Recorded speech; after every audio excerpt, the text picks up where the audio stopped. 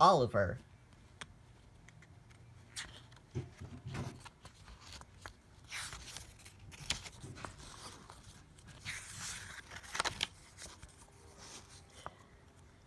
This is a story about Oliver the Great Western Engine.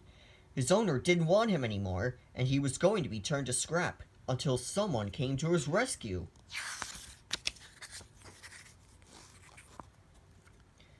One day, Edward was talking to Douglas. He had heard that steam engines were being put out of service across the island and replaced by new diesel engines. "They're being turned into scrap," said Edward quietly. "Don't mention that word," Douglas gasped. "It makes my wheels wobble." "I agree," replied Edward. "But Sir Topham Hatt says he'll make sure there are always steam engines on his railway." "I'm glad to work for Sir Topham Hatt," smiled Douglas. That night, Douglas was still working.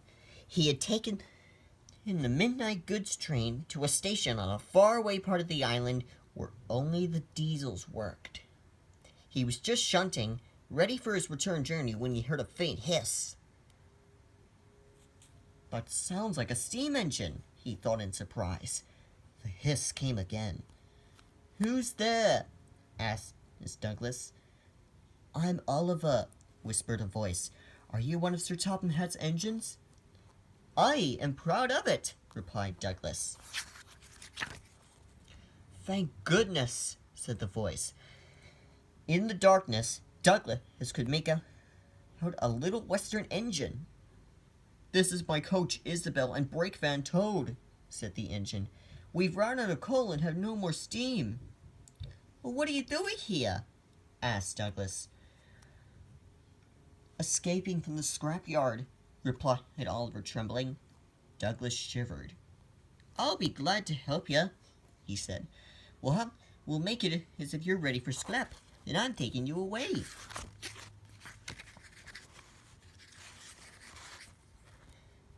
The driver and fireman agreed to help too. Everyone worked fast. They took off Oliver's side rods, wrote out transit labels saying that he belonged to Sir Topham Hatt, and chalked "scrap" all over him. "No time to turn around," panted Douglas. "I'll have to run backwards." Douglas and Oliver started out on their journey, but before they could clear the station, they were stopped. "Aha!" exclaimed the foreman, shining his torch at Oliver. "A western engine." His light flickered further back. "A western coach and brake van too? You can't take these." "But they're all for us," exclaimed Douglas's driver.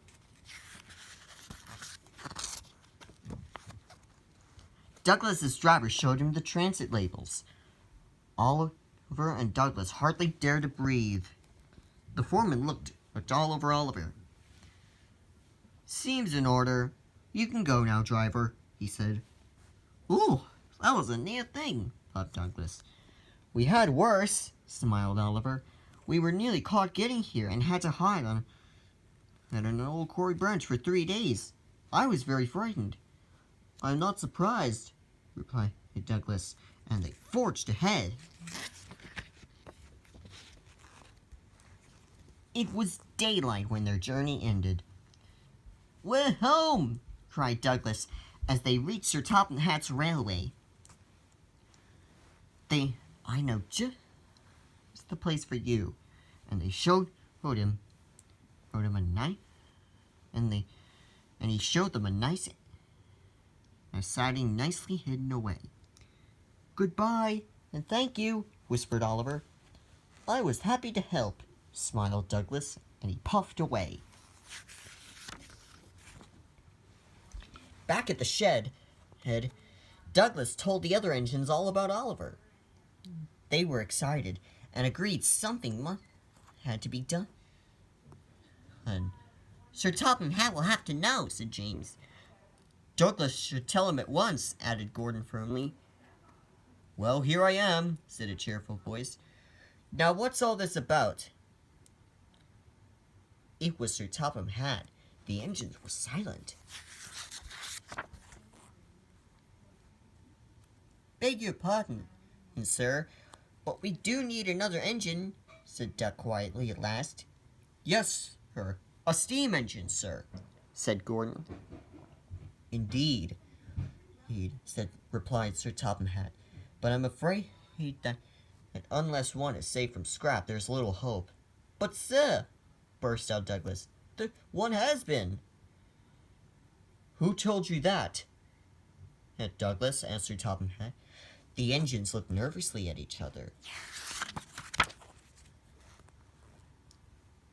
Sir, I saved him, muttered Douglas. You saved a steam engine? Exclaimed Sir Topham Hatt. I want to hear all about it. So Douglas told him all about how he rescued Oliver, Isabel, and Toad from the scrapyard. When he had finished, Sir Topham Hatt smiled. I'm proud of you, Douglas, he said. Oliver, Isabel, and Toad are just what we need for Duck's Branch Line. Thank you, sir, replied Douglas, and all the engines cheered. Sir Topham Hatt soon had Oliver, Isabel, and Toad mended and painted in full Great Western colors. They are very happy on Duck's Branch Line.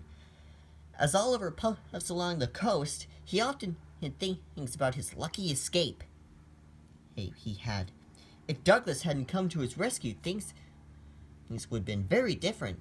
Oliver was very grateful to Douglas, and everyone on Sir Topham Hatt's railway for his lovely new home.